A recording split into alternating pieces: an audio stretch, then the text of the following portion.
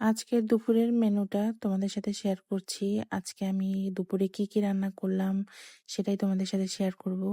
তো আজকে আমি দুপুরে রান্না করেছি ঢেঁড়স ভাজি। ঢেঁড়স ভাজিটা আমার অনেক বেশি ভালো লাগে, আমার অনেক পছন্দের। ঢেঁড়স ভাজিটা এমন একটা ভাজি আমার কাছে যেটা প্রতিদিনই খেলেও আমার কাছে অতটা অভুক্তি লাগে না। তোমরা কে, কে ঢেঁড়স ভাজি খেতে পছন্দ করো অবশ্যই আমাকে কমেন্টে জানাবা। এরপর আমি আমার আরেকটি পছন্দের রান্না করেছি।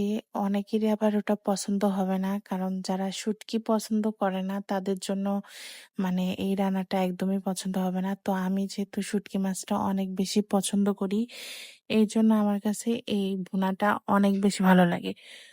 তো এখানে আমি করছি লইট্টা শুটকি ভুনা। আর এই ভুনাটা আমি অনেকগুলো পেঁয়াজ, রসুন এবং বেশি করে শুটকি মাছ দিয়ে করেছি।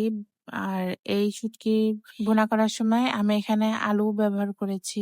আর ভুনার মধ্যে আলু দিলে আমার কাছে আরো বেশি ভালো লাগে।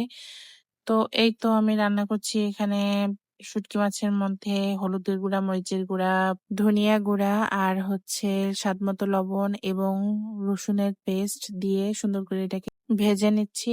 এরপরে আমি এখানে দিয়ে দেব আলু এবং আলুগুলো দিয়ে আরো কিছুক্ষণ নেড়ে নেব। নেড়ে তারপরে এখানে আমি পানি দিয়ে দেব।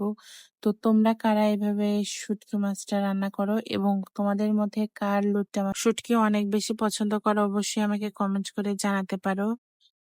আমি তো অনেক বেশি পছন্দ করি। আজকে দুপুরে আমার সবগুলোই ছিল অনেক পছন্দের মেনু।